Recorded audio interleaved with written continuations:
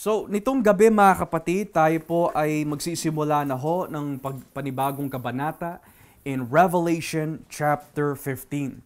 Now, sa ating mga huling na pag-aralan po in chapter 14, nakita ho natin dito yung mga katuruan patungkol po sa matinding parusa na ibibigay po ng Diyos sa araw ng paghuhukom, na kung tawagin po the winepress of the wrath of God. Ngayon po, pagpasok po natin sa chapter 15, ito po ay matatawag po natin isang recapitulation muli ng mga nakaraan na eksena na inulit na naman po pero sa ibang anyo. And for those who may not be aware kung ano pong ibig sabihin ng recapitulation, it means ito po ay isang eksena na nabanggit na po ng mga nakaraan na kabanata pero inulit po ulit sa kabanatang ito pero sa ibang anyo or presentation. Halimbawa, kung babasahin po natin ang chapter 10, beginning at verse 7.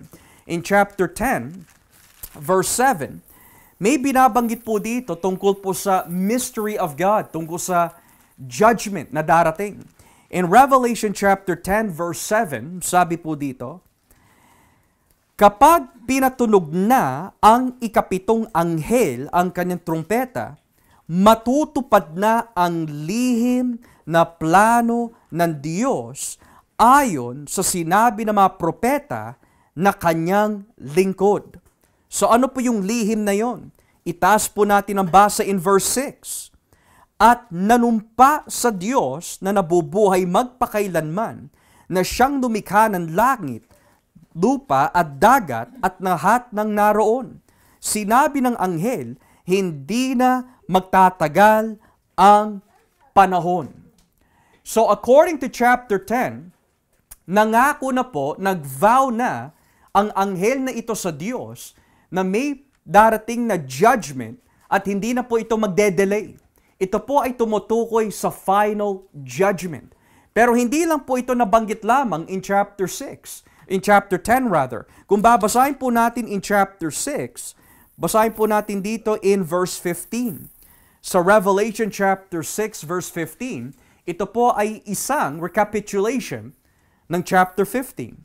Chapter 6 verse 15 pababa. Nagtago sa mga kuweba at sa malalaking bato sa kabundukan ang mga hari, mga namumuno, mga opisyal na mga kawal, mga mayayaman, mga makapangyarihan at lahat ng klase ng tao, alipin man o hindi. Sinabi nila sa mga bundok at mga bato, tabunan ninyo kami at itago upang hindi namin makita ang mukha na nakaupo sa trono at upang makaligtas kami sa galit ng tupa. Sapagkat dumating na ang araw na parurusahan nila ang mga tao at walang sino man makakapigil sa kanila. So chapter 6, verse 15 hanggang 17, and Revelation chapter 10, verse 6 and 7, lahat po yan ay iisang eksena na iprinisinta po sa iba't ibang anyo. Yan din ang makikita po natin mamaya in chapter 15. Now, para lang po maging malinaw ang pag-aaralan po natin, ang chapter 15 ng Revelation ay madalas na tinatawag New Exodus. New Exodus. At ang tanong po dito, bakit po ang chapter 15 ng Revelation ay tinatawag po yung bagong Exodus? Siyempre, kung may New Exodus, meron Old Exodus. At alam po natin kung ano pong ibig sabihin ng Old Exodus. Ginamit niyo si Moises upang iligtas ang mga Israelita mula sa Egypto at sila po ay pinalaya ng Diyos at sila po ay dumaan doon sa tinatawag na pulang dagat na hinati. And then from there on, in the desert, in the wilderness, yun ang tinatawag po, the Exodus. Pero when you read chapter 15, makikita ho natin mamaya, ito po ay tinatawag yung bagong Exodus. O kung tawagin po minsan, the eschatological Exodus. Now, makikita ho natin mamaya why that is the case. So simulan po natin in chapter 15, beginning at verse 1. Revelation chapter 15, verse 1. Sabi po dito, isa pang kagilalas na pangitain ang nakita ko sa langit. I saw in heaven another great and marvelous sign. Now, when was the last time na narinig po natin yung mga statement, isa pang kagilagilalas na pangitain ang nakita ko sa langit? So, kailan po natin nakita yon in Revelation? We saw that in Revelation chapter 12, verse 1. Nung makita po ni Juan, isang babae na nasa langit, na nakatayo over the moon and she had the 12 stars above her. So dito, it is continuing another marvelous scene. Moreover, sabi po dito, may 7 anghel doon na may dalang 7 pang salot. Iyon ang panghuling mga salot na ipapadala ng Diyos bilang parusa sa mga tao. Now, sa Tagalog, I don't think it is as clear as it is in English dahil meron pong hindi nababanggit sa Tagalog na nabanggit po sa English na napaka-importante. Halimbawa, in verse 1 of English, 7 angels with the 7 last plagues. Last, because with them, God's wrath is completed. Pero hindi po nabanggit yung salitang nakumpleto sa wikang Tagalog. Only in English, nabanggit po yung salitang completed. So you want to look out for that key word, completed. Because so far, sa ating pag-aaral, we've learned about the trumpet judgments. We've learned about the woes. We've learned about the vials. Ngayon, papasok na po tayo sa tinatawag, the bowl judgments. The bowl judgments. At sa pag-aaral po ng bowl judgments in Revelation, mga kapatid, ito ang lagi ho natin tatandaan. Ang nilalarawan po ng bowl judgments is, ito po yung mga intense na parusa na mararanasan ng mga tao sa araw ng paghuhukom. Hindi po nila nararanasan yan ngayon, pero mararanasan po nila on the final day of judgment. So lagi ho natin tatandaan that the bowl judgments na binabanggit in Revelation is all pointing towards the great white throne, the second coming of Christ, the final judgment for history. Ngayon, pagdating po dito mga kapatid in verse 2, sabi ho ng Biblia, at nakita ko ang parang dagat na kasing linaw ng kristal na may nagliliyab na apoy. Nakatayo roon ang mga nagtagumpay laban sa halimaw at sa imahin nito. So unahin muna po natin, yung nabanggit po dito, may parang dagat na kasing linaw ng kristal na may nagliliyab na apoy. Now yan po ay hindi pangkaraniwan na dagat. Ang sabi po ni Juan, meron po siya nakita na parang dagat. So hindi po dapat gawin po ito literal na ito po ay isang literal na dagat kung saan dumalangoy po ang tao. But rather parang dagat na kasing linaw ng kristal, pero hindi lang po natapos doon. May halong apoy. Now it's fascinating dahil 2 beses po ito nabanggit in Revelation. Una, kung babasahin po natin ang chapter 4 of Revelation, may mapapansin po tayo. In Revelation chapter 4, talatang 5 hanggang 6. Revelation chapter 4, verses 5 and 6. Tignan niyo po ang nakalagay. Mula sa trono'y kumikidlat, kumukulog at may umuugong. Sa harap ng trono'y may 7 nakasindlang ilawan. Ito ang 7 espiritu ng Diyos. Verse 6. Sa harap ng trono, ulitin ko ho, sa harap ng trono ay mayroon ding parang dagat na salamin na kasing linaw ng kristal. So yung unang referensya pala kung kailan nabanggit itong dagat na parang kristal, kasing linaw ng kristal, ay nabanggit una in chapter 4 dun sa malapit sa trono ng Diyos. And then the last time na nabanggit po ang dagat ito ay mapapasin po natin in chapter 22. Kung atin po babasahin. Chapter 22, talatang 1. Revelation chapter 22, verse 1. Sabi po ng Biblia, ipinakita rin sa akin ng anghel ang ilog na nagbibigay buhay. Ang tubig nito ay kasing linaw ng kristal at dumadaloy mula sa trono ng Diyos at ng tupa. So, madalas na binabanggit ang dagat na ito na kasing linaw ng kristal. Ngayon, papasok na po tayo doon sa katanungan, anong ibig sabihin po nun? Ano ang nilalarawan po nung dagat na kasing linaw ng kristal, subalit may halong apoy? Now, most likely, ang ibig sabihin po ng kasing linaw ng kristal at yung posisyon po nito ay malapit po sa trono ng Diyos, most commentators suggest that ang nilalarawan po nito ay yung habag at biyaya ng Diyos. Ang habag at biyaya ng Diyos. So yun po daw ang nilalarawan ng dagat ng kasing linaw ng kristal.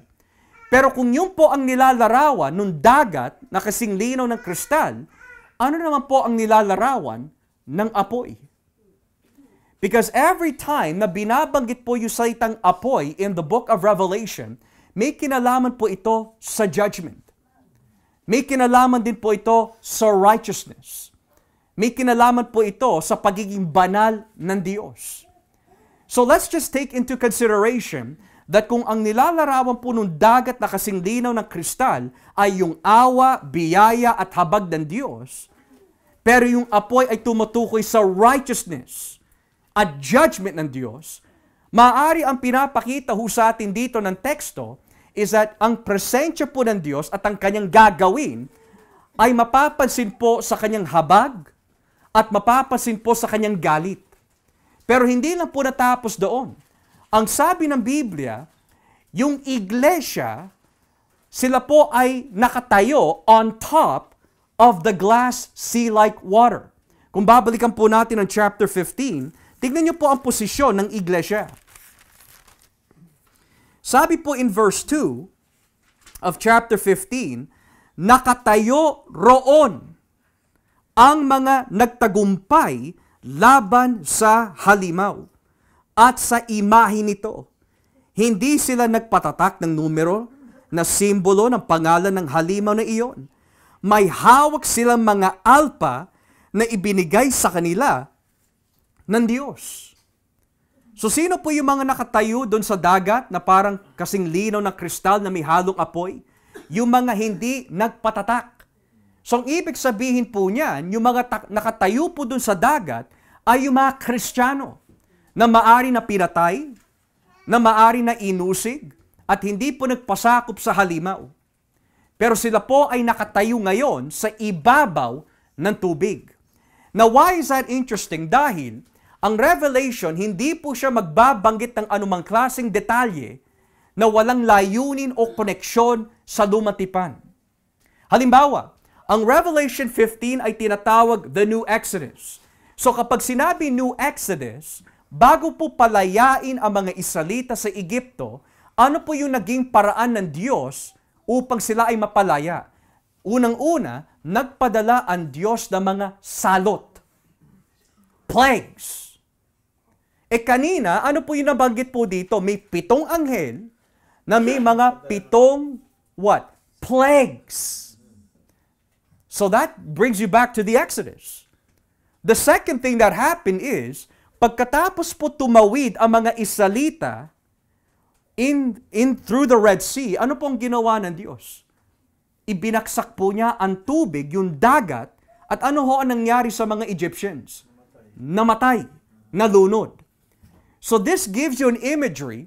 Ang mga Israelita is technically above the water, not under the water. They've crossed the ocean, they've crossed the sea, pero hindi sila nasa ilalim ng dagat. Ang nasa ilalim ng dagat ay sino? Yung mga Egyptians. Pero ang posisyon ng iglesia sa pangitain na ito, sila ay nakatayo sa ibabaw ng dagat. Which indicates that ito po ay naghahatid ng isang mensahe na ang iglesia na hindi nagpatatak, hindi nagpasakop sa halimaw, ay nakatayo ngayon sa ibabaw po ng dagat dahil ang nilalarawan po nito, sila ay nagtagumpay. Hindi sila talunan. Hindi sila hahatulan ng Diyos. Kundi sila ay nagtagumpay dahil sa biyaya at kabanalan ng Panginoon. Moreover, may mapapasin po tayo dito. Sabi po in verse 3, umaawit sila ng awit nino? Ni Moises. So that brings you back to Exodus. Na lingkod ng Diyos na siya ring awit ng tupa, ito ang awit nila. Now, may mapapansin po tayo dito mga kapatid. Kagaya na nabanggit ko po sa inyo kanina, ang Revelation ay mahilig po mag-recycle ng mga nakaraang eksena, pero binabago lang po nila yung presentation, pero iisa rin ang mensahe. Now dito, nabanggit po, hindi lang po nakatayo ang iglesia sa ibabaw po ng dagat, which means they are victorious, kundi umaawit sila. Pero yung inaawit po nila na kanta ay awit po ni Moises at ng tupa. So what does that mean? Ito ay awit ni Moises at ng tupa.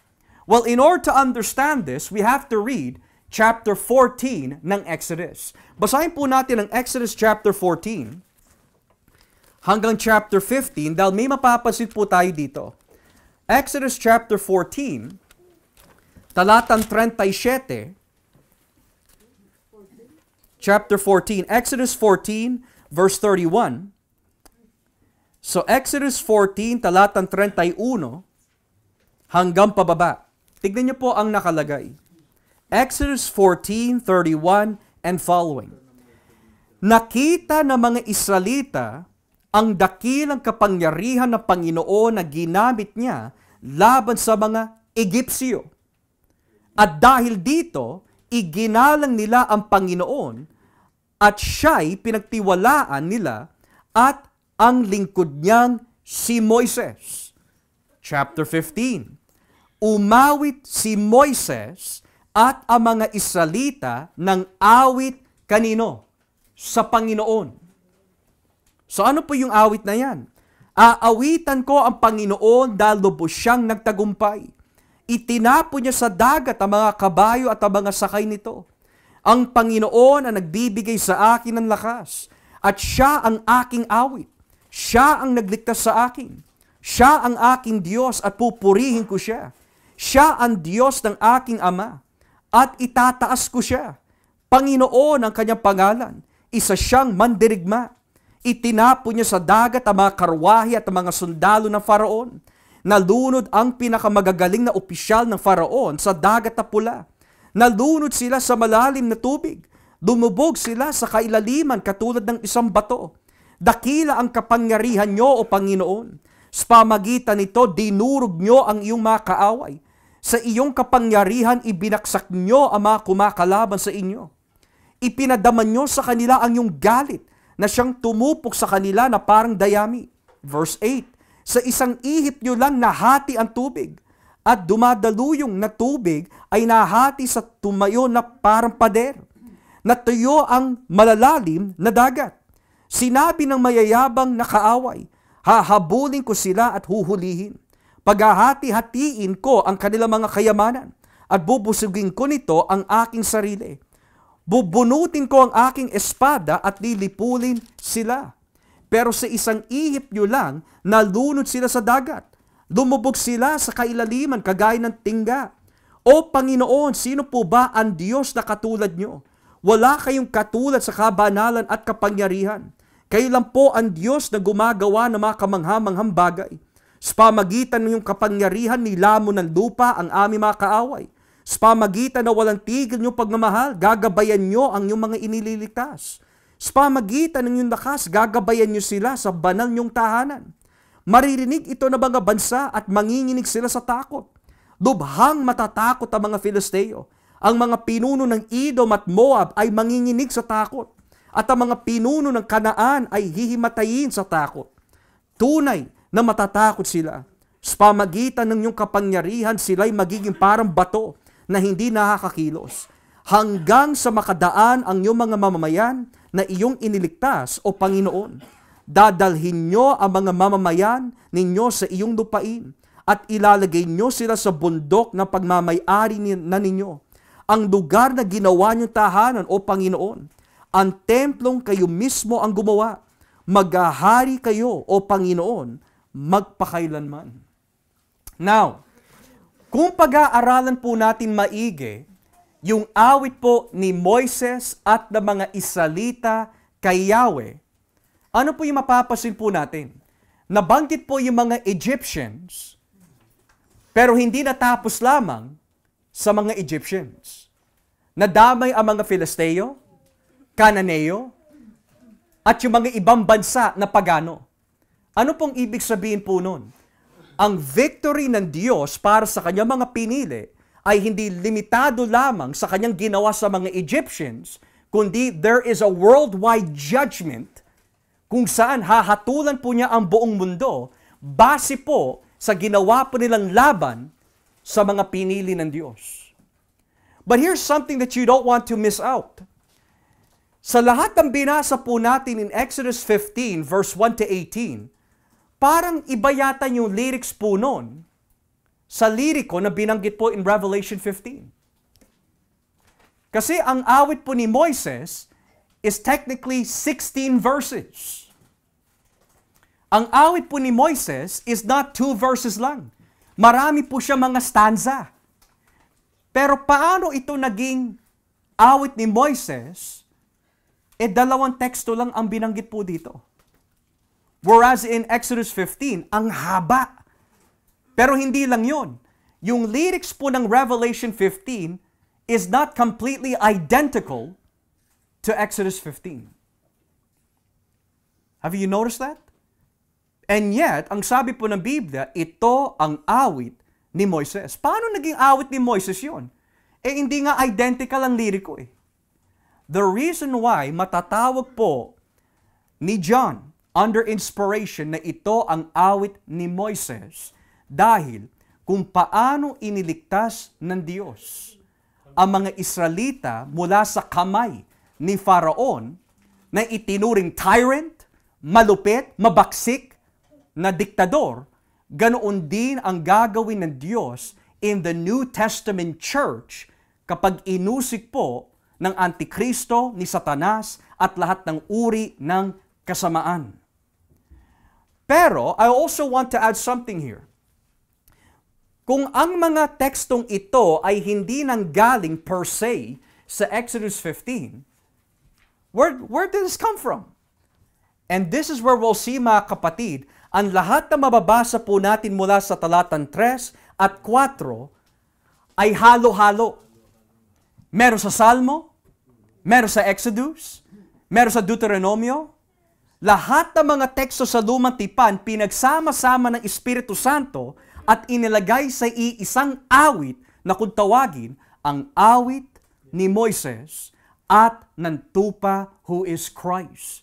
But before we explain this, I want to show you a recapitulation. Basahin po natin ang chapter 14 of Revelation. I want to show you something. Revelation chapter 14, talatang 2 hanggang 3. You don't want to miss this point. Napaka-importante po ito. Revelation chapter 14, verses 2 and 3. Sabi ho, nakarinig ako ng ingay mula sa langit, na parang lagaslas ng talon at dagundong ng malakas na kulog, at para ring tugtugan ng mga manunugtog ng alpa. That's the same instrument used in chapter 15. Verse 3, ang 144,000 na tao ay umaawit sa harap ng trono ng 4 na buhay na nilalang at ng mga namumuno, bago ang kanilang awit at walang nakakaalam maliban sa kanila na 144,000 na tinubos mula sa mundo.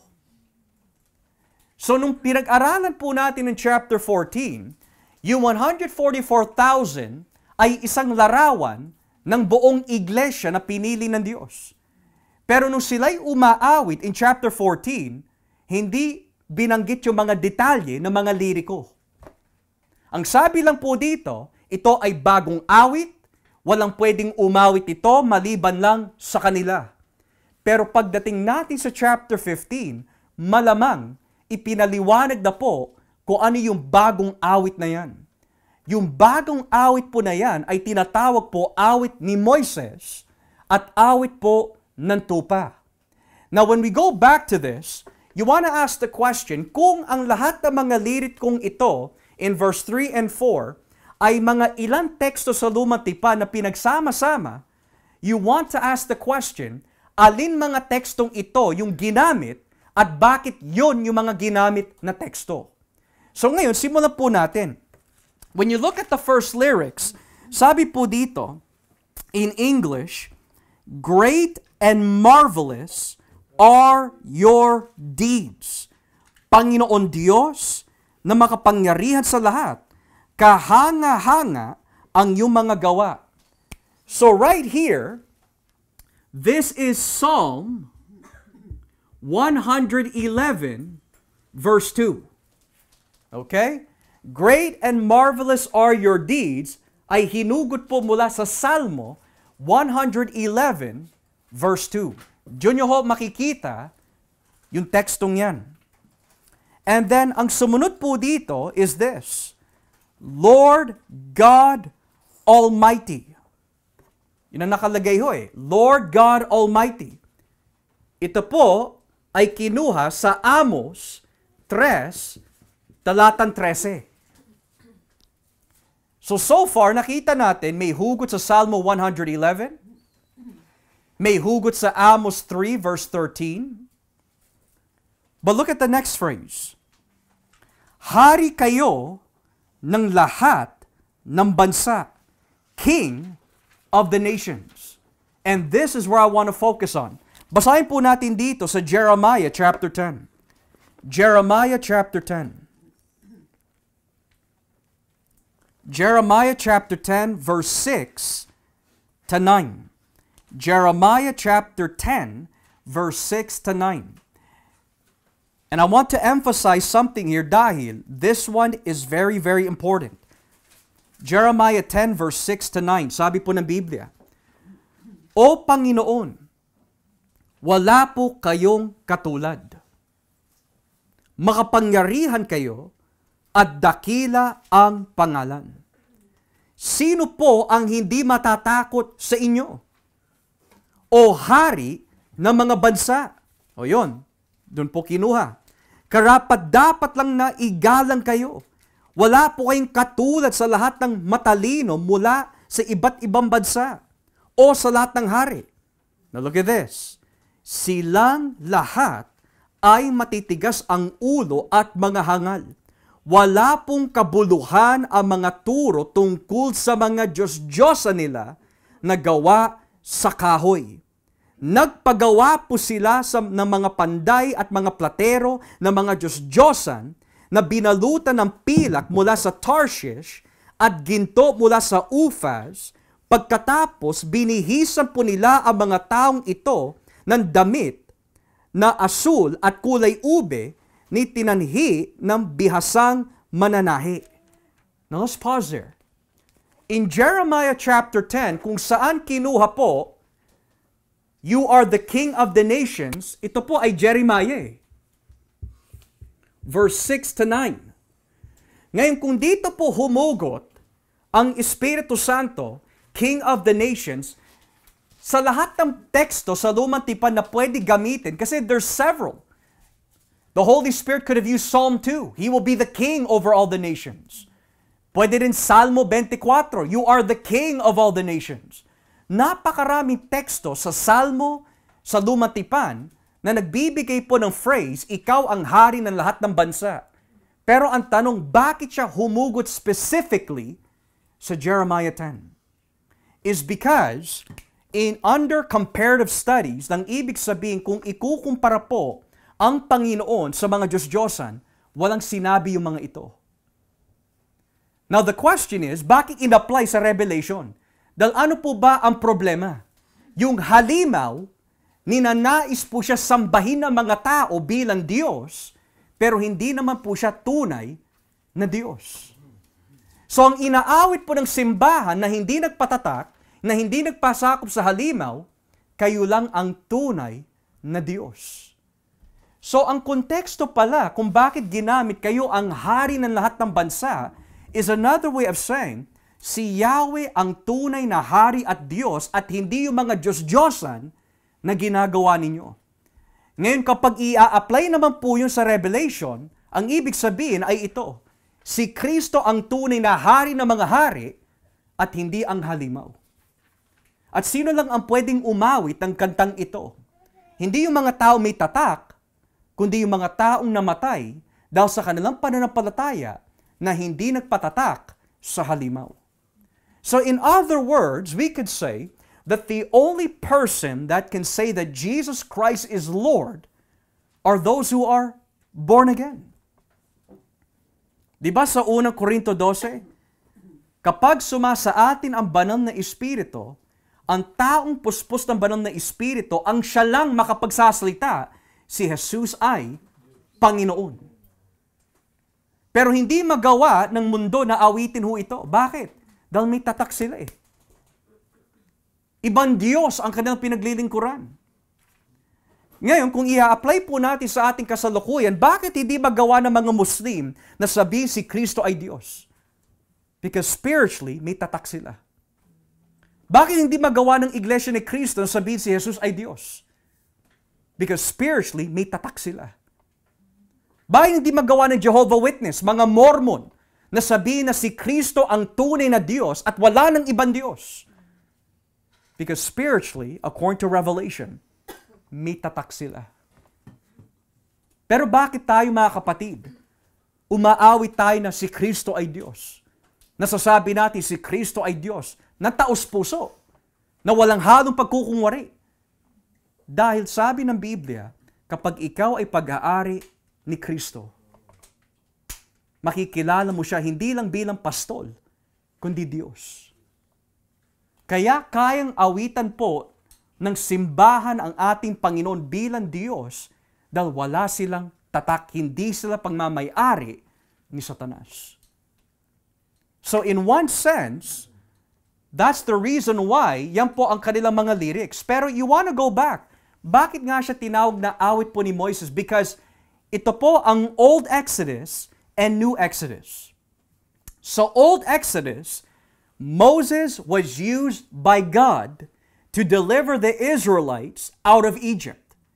In the New Exodus, yung mas higit kay Moises ay si Kristo. He delivered us from where? From sin, the spiritual Egypt. Pero hindi po natapos dyan yung comparison. Si Moises ay tagapamagitan. Ayon po sa Exodus 19, si Kristo ay tagapamagitan din.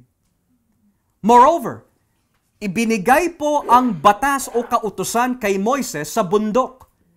Si Kristo ay ipinako sa bundok on the Mount of Calvary. Furthermore, makikita din po natin mga kapatid, that Moses, inutos po niya that there had to be the blood of lambs bago makalaya ang mga Israelita. Well, ano po ang ginawa ng ating Panginoon? He shed His blood para tayo po ay mapalaya. So here is an old Exodus, here is a new Exodus. But it doesn't just stop there. In the old Exodus, habang umiikot po ang mga Israelita sa disyerto, maraming tukso, maraming pagsubok. Hinahamon sila, tinutukso po sila with unbelief. Ganoon din ang iglesia. Habang tayo po ay nandito sa mundo bilang mga dayuhan, you'll be tested, you'll be tempted, Satan will try to discourage you. Pero kung tayo po ay nasa kamay ng Diyos, you will persevere. So for that reason mga kapatid, yung verse 3 of chapter 15, ang kanilang inawit. Ngayon let's go to verse 4 of chapter 15. Sabi po dito, sino ang hindi matatakot at hindi magpupuri sa inyo? Who will not fear you, Lord, and bring glory to your name? Now, kanina, in Jeremiah, may kinalaman po yan sa idolatry. We read that. Ganoon din sa tekstong ito. Let's read Psalm 86. Psalm 86.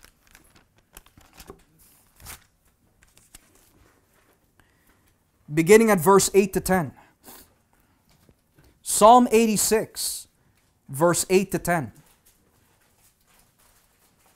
The Bible says, walang Diyos na katulad nyo, Panginoon. So we have that here. Walang sino makagawa ng mga ginawa ninyo. Again, you have that here. Verse 9. Ang lahat ng bansa na ginawa nyo ay lalapit at sasamba sa inyo. Pupurihin nila ang iyong pangalan. Dahil makapangyarihan kayo at ang mga gawa nyo ay kahanga-hanga, kayo ang nag-iisang Diyos. Now, why is Psalm 86 important?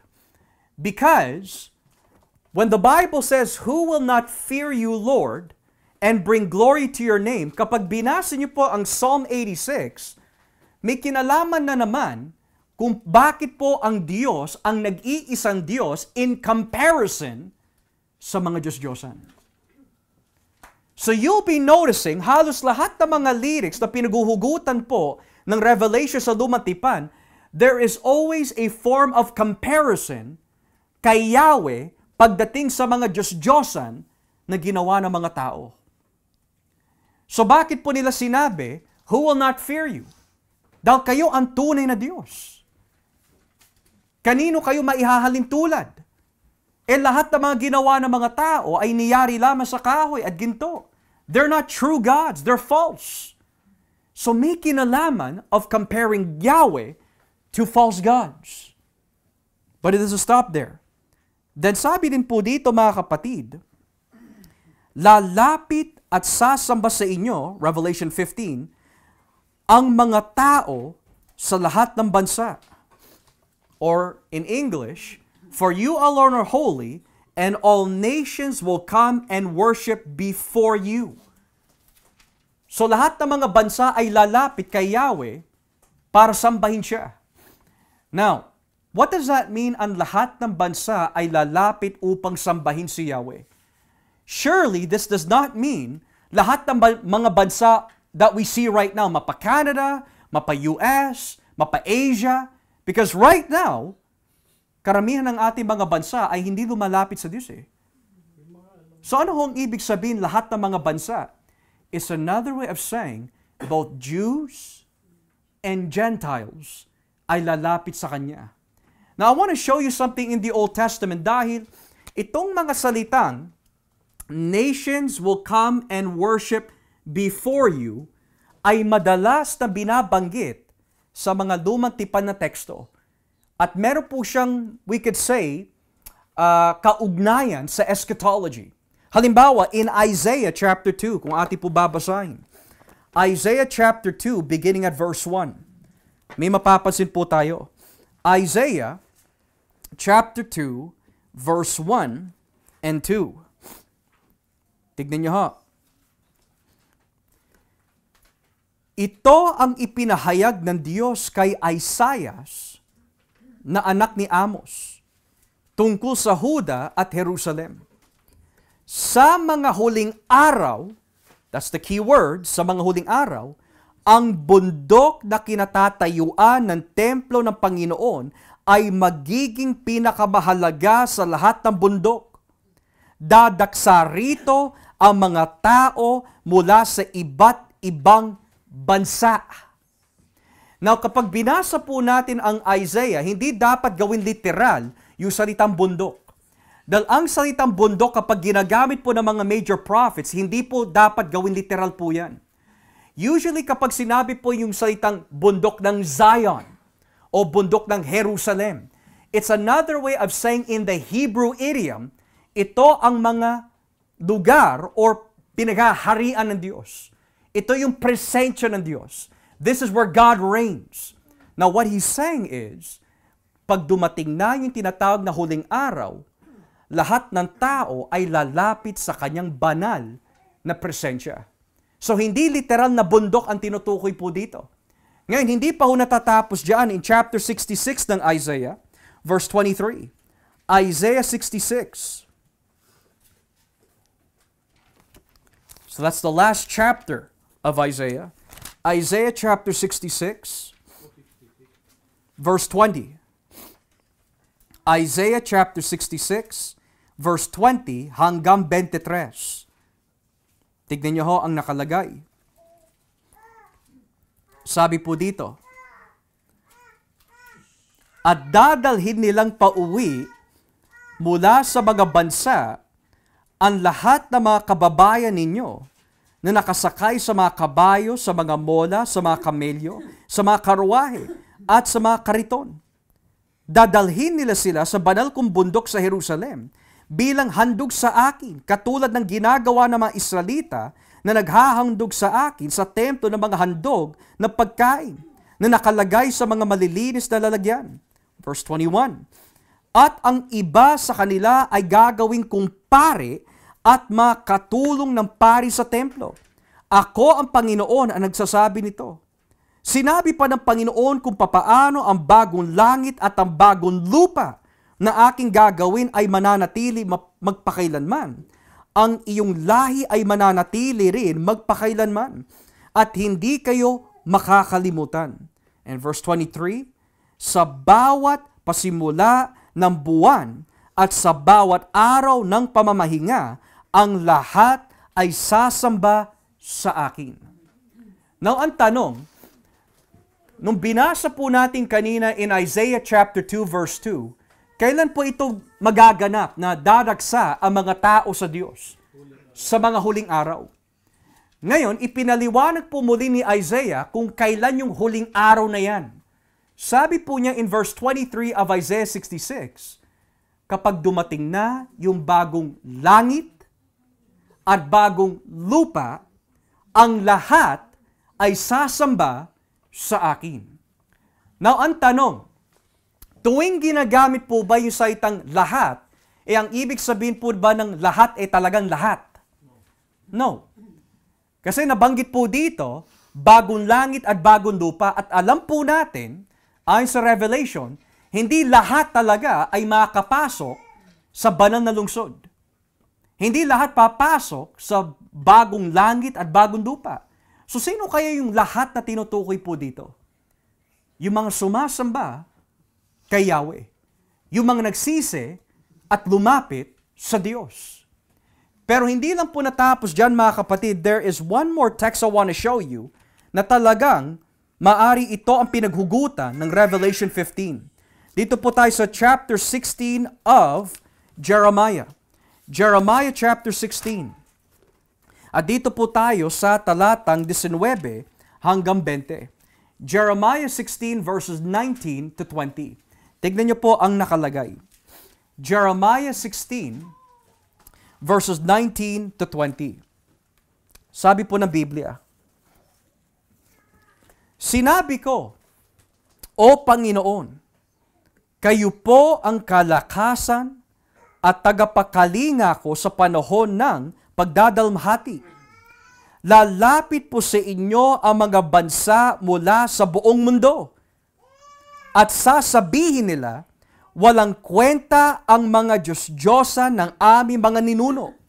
Wala sila nagawa ng anumang kabutihan. Ang tao ba'y makakagawa ng kanyang Diyos? Kung makagawa siya, hindi iyon totoong Diyos. Wow! What have you noticed so far? Jeremiah 10, idolatry. And then, nations will come and worship you. That's Jeremiah 16, verse 19 to 20.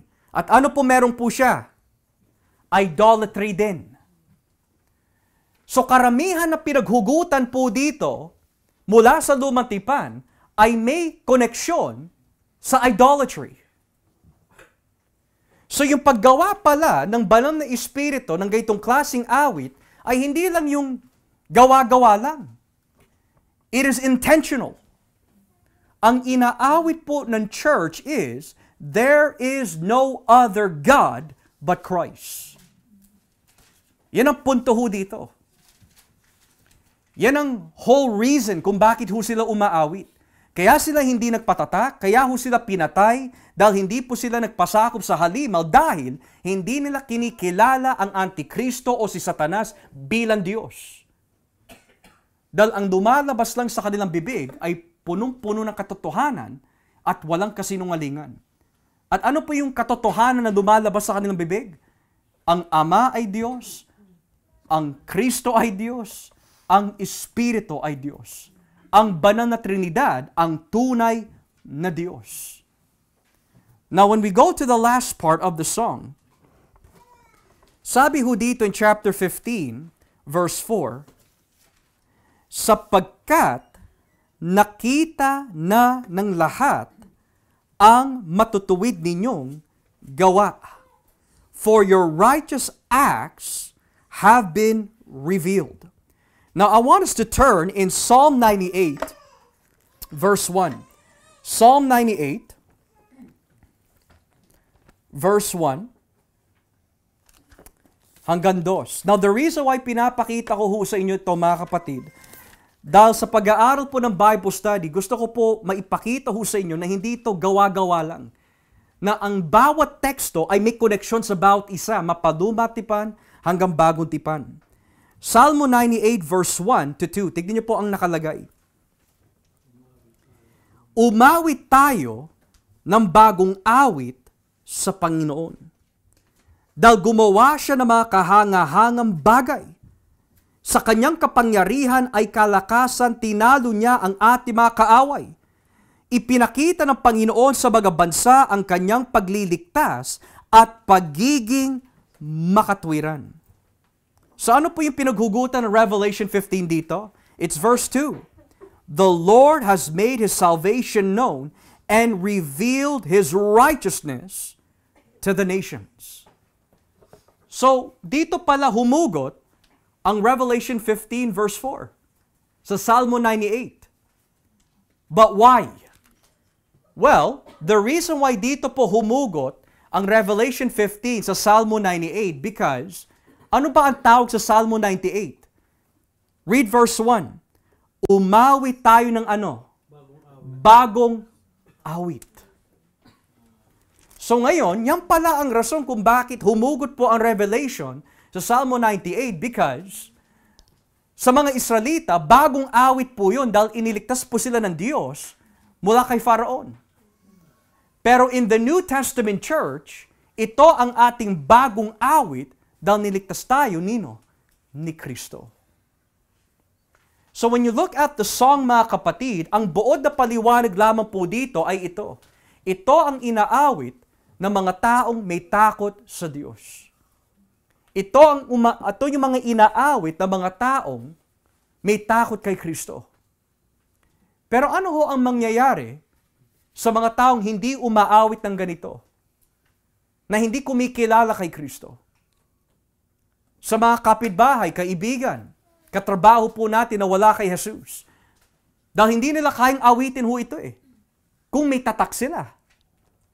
So ano po ang kahihinatnan ng mga taong hindi mananampalataya kapag hindi ito ang kanilang inaawit? Now let's read verse 5 of Revelation 15. Pagkatapos nito, nakita ko na bumukas ang templo sa langit. Ang toldang sambahan kung saan nakalagay ang kautusan. In English, after this I looked and I saw in heaven the temple. That is the tabernacle of the covenant law, and it was opened. Now, sa ibang salin po ng Bible translation na meron po tayo, ito ay yung tinatawag na tabernacle of testimony or the tabernacle of witness. Ngayon, in your own time, buburahin ko lang muna po ito, in your own time, kapag pinag-aralan niyo po ang lumang tipan, according to Exodus 38 and 40, dito po nabanggit yung tinatawag the tabernacle of testimony. At ano pong ibig sabihin po nun? Kapag ginamit po yung salitang tabernacle of testimony sa lumang tipan, What this means is, ito po yung dalawang tableta o yung kautusan ni Moises na nilagay sa Ark of the Covenant na nilagay sa templo. Yun ang ibig sabihin po nun. Ngayon, the purpose why inilagay po yung kautusan ni Moises into the Ark of the Covenant wherever Israel is to go, dahil ito ang magsisilbing patotoo laban sa kanila kung hindi sila susunod sa Diyos. It is a witness against them. Okay? Halimbawa, in Deuteronomy 31, kung ating po babasahin. Deuteronomy 31. Bakit nga po ba nagkaroon po ng tabernacle of witness sa lumang tipan? At bakit kailangan dalhin wherever they go? In Deuteronomy 31, beginning here at verse 26, Deuteronomy 31 verse 26, ang sabi po ng Biblia,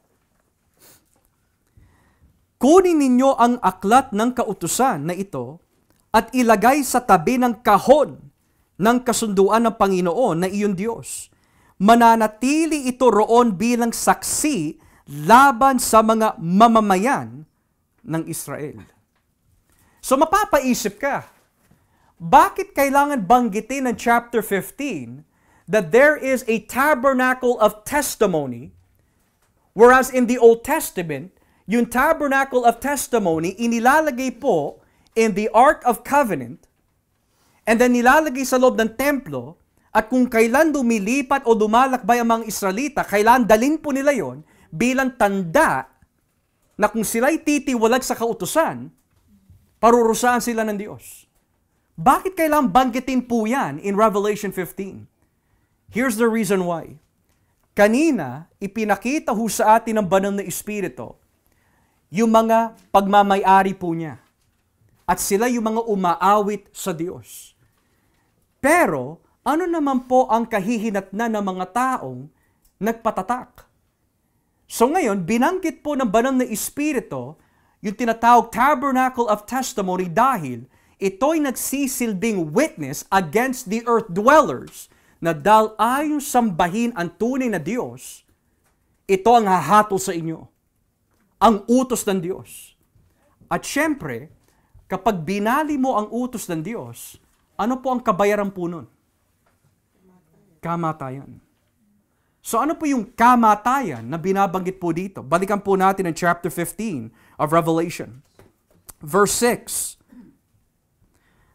At mula roon sa templo ay lumabas ang 7 anghel na may dalang 7 salot.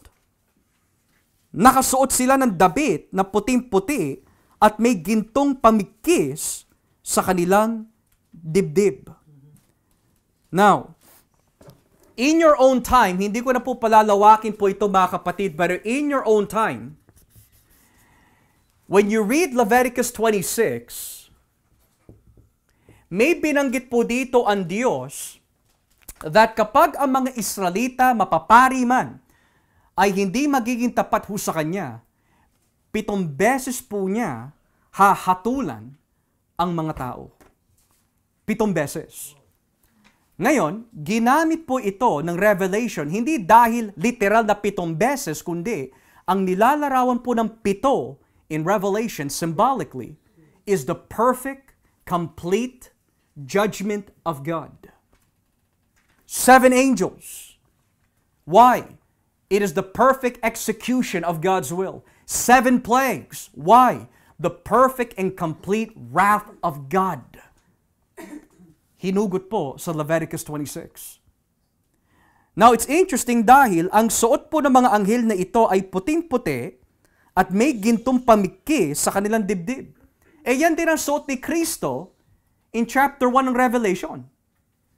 So ngayon, ang tinuturo po ng ilan that yung binabanggit po dito is either a representative of Christ or they are standing to judge the people on behalf of Christ. Whatever the case might be mga kapatid, yung suot ni Kristo at yung suot ng mga anghel na ito might in fact be a representation ng kalooban ni Kristo pagdating sa konteksto ng paghatol. Dahil pagdating po sa pag-aaral ng apocalyptic literature, ang mga anghel minsan ay pinapadala po ng Diyos on His behalf as ambassadors of blessing or judgment. So here, kita ho natin, bakit yung damit po nila ay kagaya po ni Kristo? Because hindi po ito hatol ng mga anghel. Ito ang hatol ni Jesus sa pamagitan po nila. Okay? Ngayon, let's continue on. Verse 7.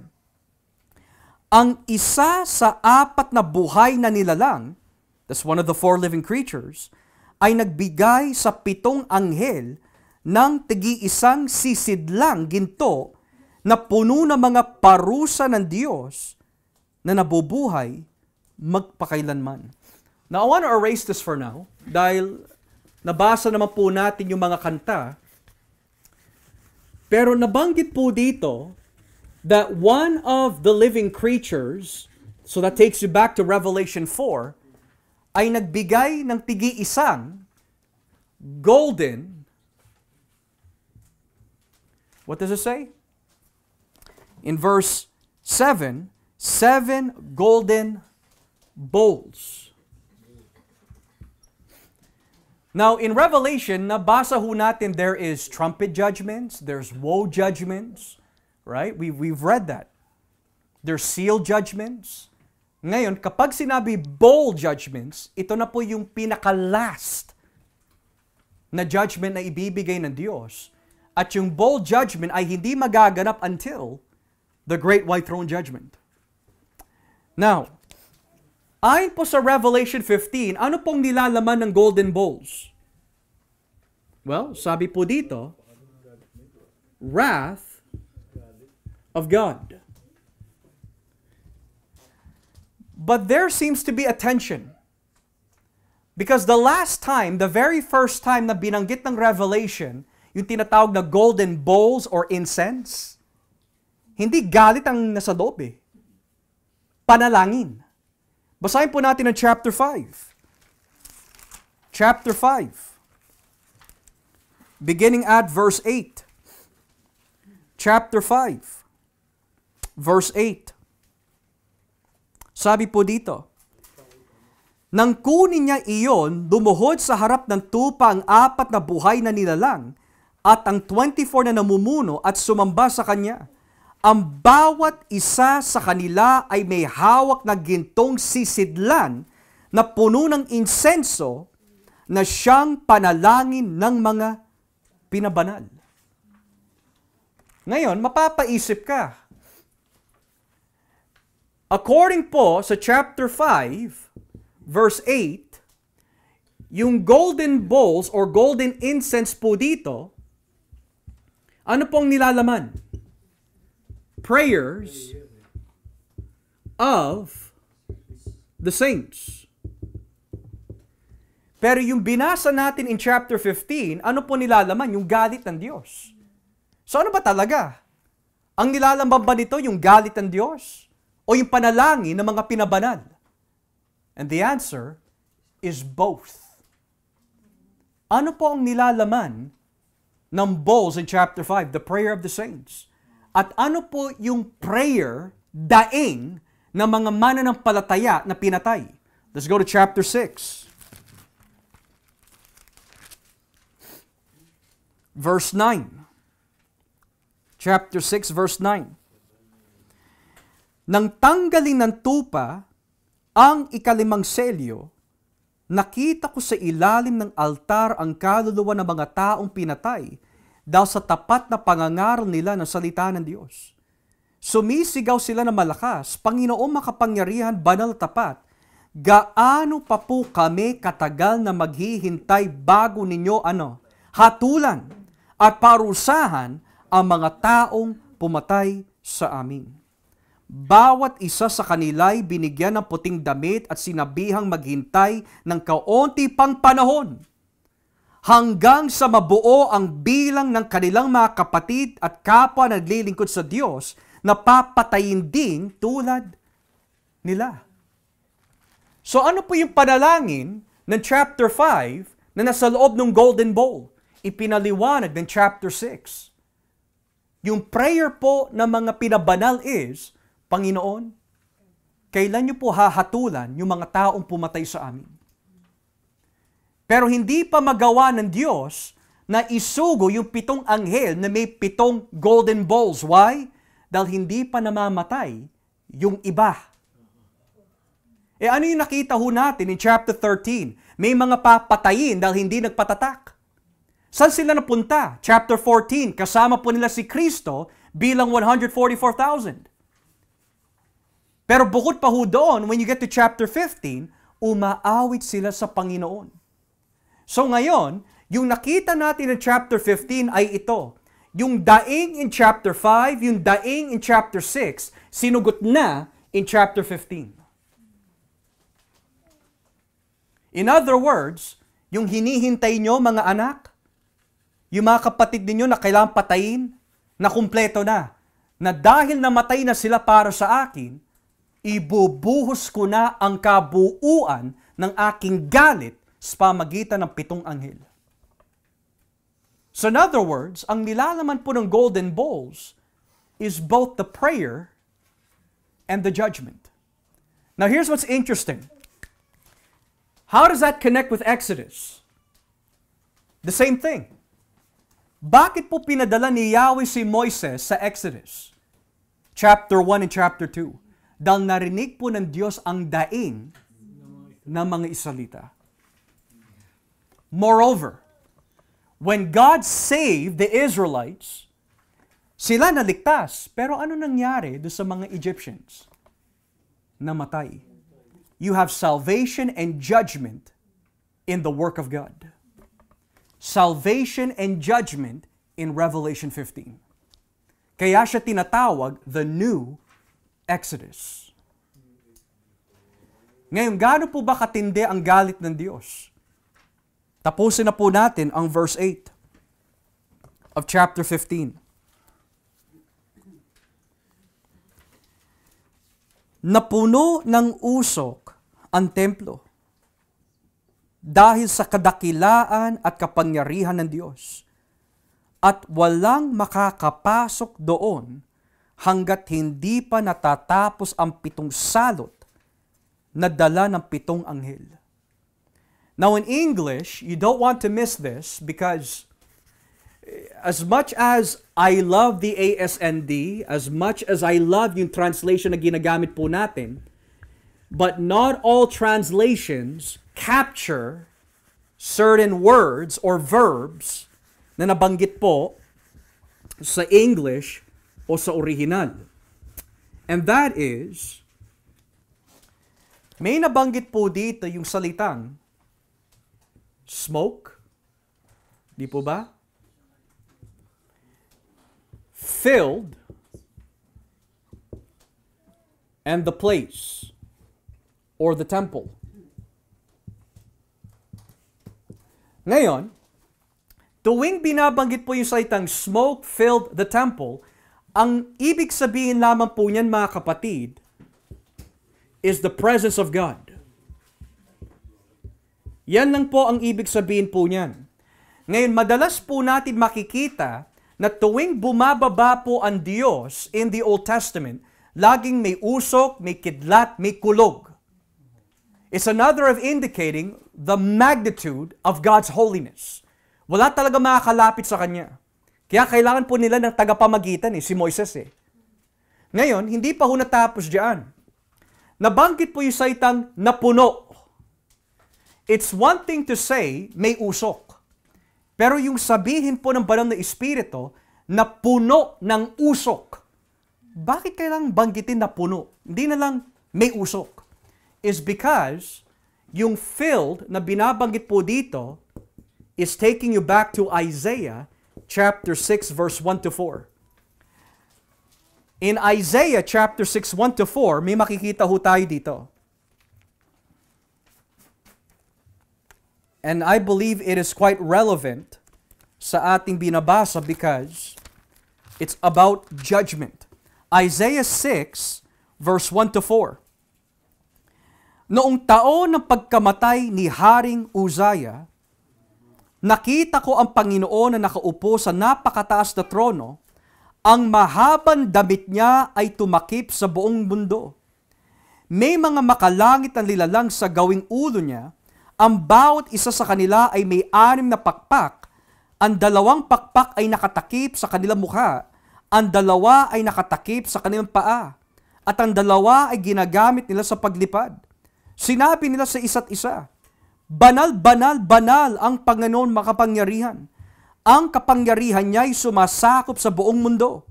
Sa lakas ng tinig nila, look at this, nayanig ang mga pundasyon ng templo at napuno ng usok ang loob ng templo.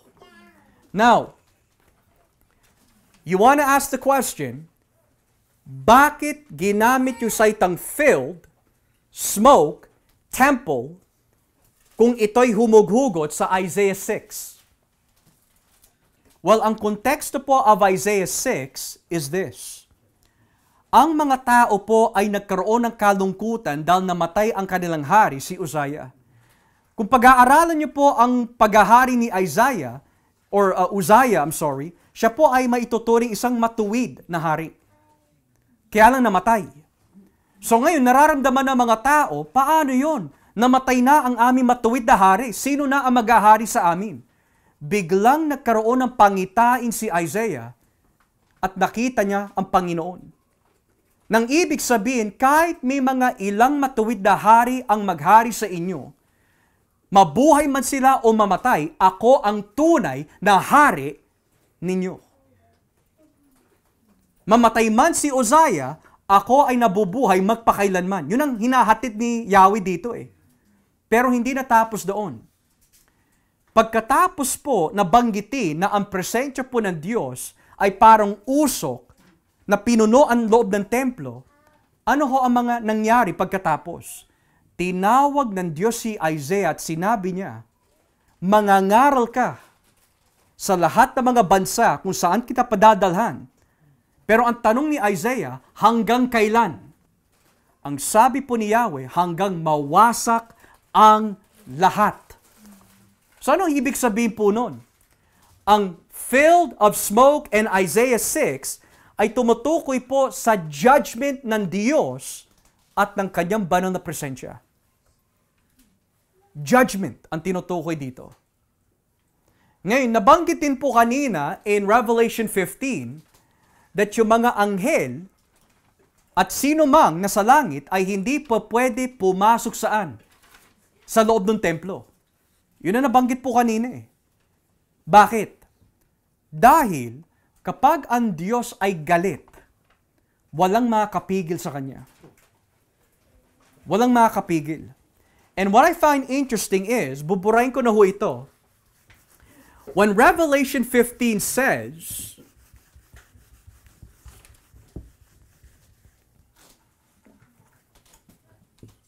no one was able to enter in the temple. That's in chapter 15 verse 8. Nung banggitin po ng banal na Espiritu na walang pwede pumasok sa loob ng kanyang templo dahil galit ang Diyos eh, may pinaghugutan din pala ito. And you can read it in your own time. Pinaghugutan po nito ay Exodus 40:35. At kapag binasa niyo po ang Exodus 40 verse 35, ang nakalagay po doon, hindi makapasok si Moises sa presensya ng Diyos.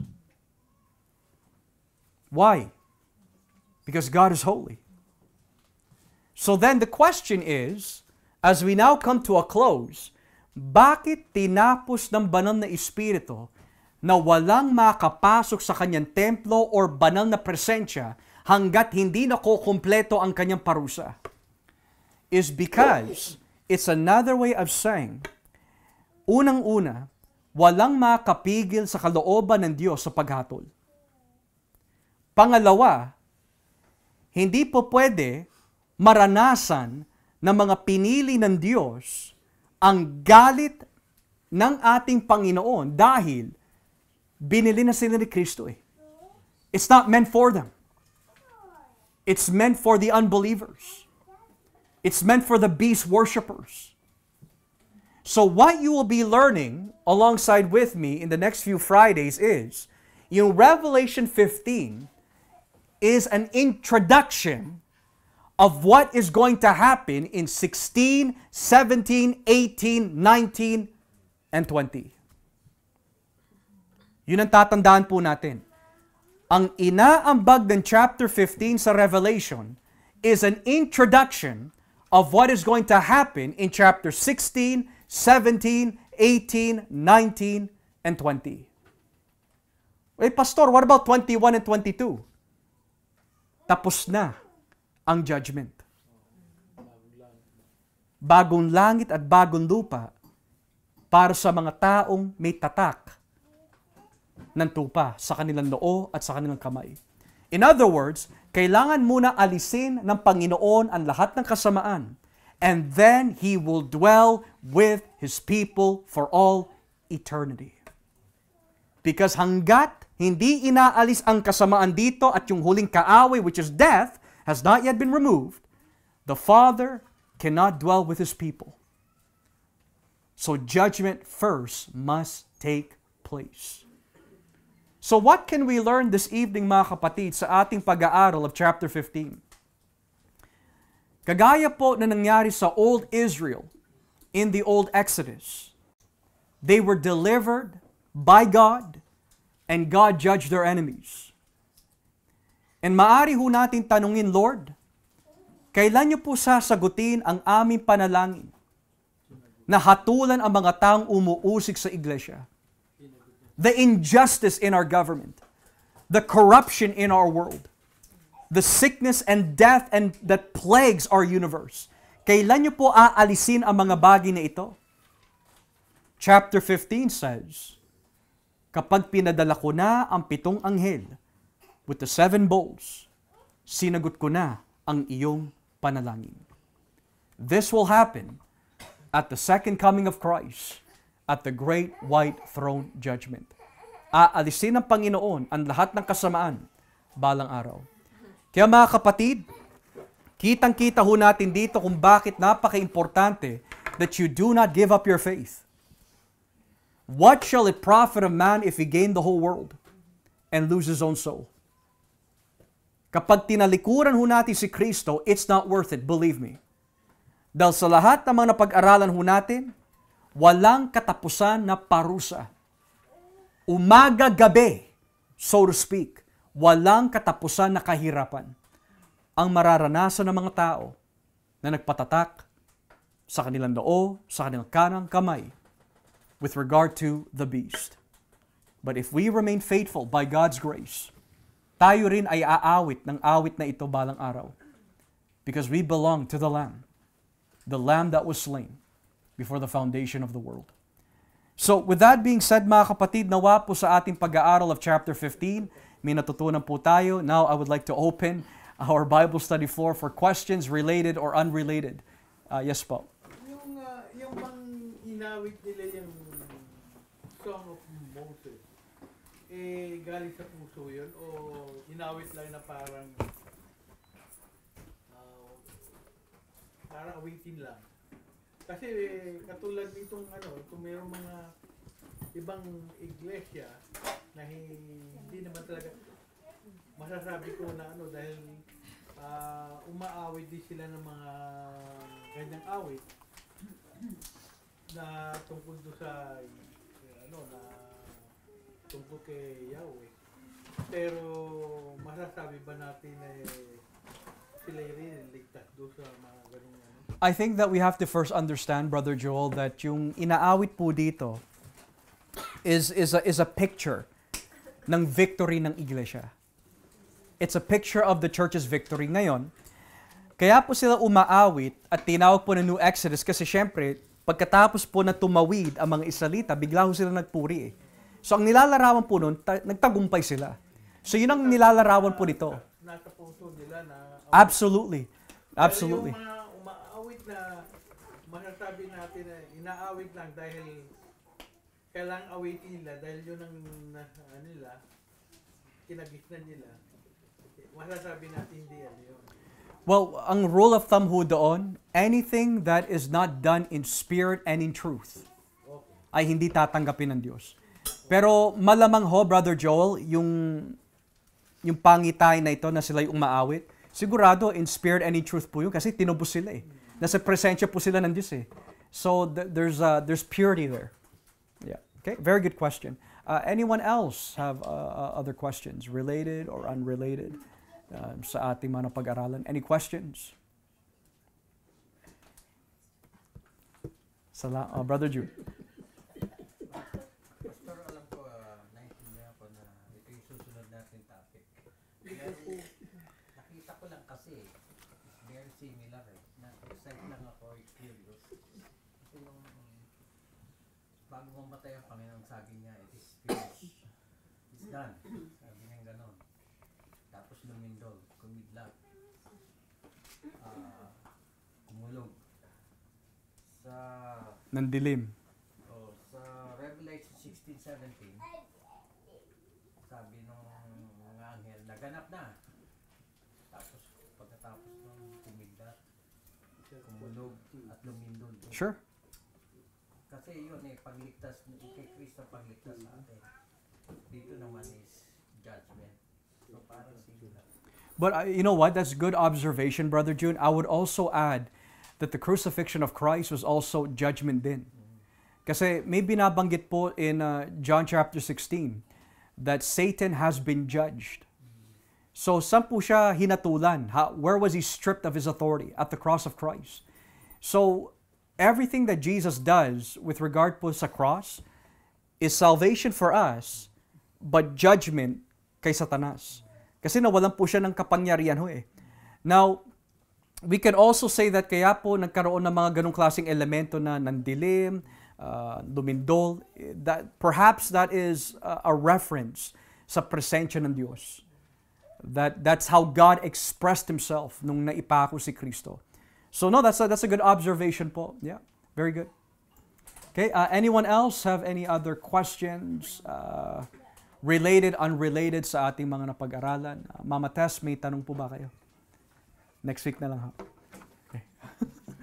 Okay, so if there's no more questions po mga kapatid, nawa po ay naging klaro sa atin ang buod na paliwanag ng chapter 15 kung bakit po natin tinalakay yung mga ilang teksto na yan is that here's the victory of the saints and the judgment and wrath of God in answering their prayer against those who worship the beast. Amen? So, tagumpay po tayo because of Christ. So, praise be to God. Tayo na po ay magbigay ng doxology sa ating Panginoon.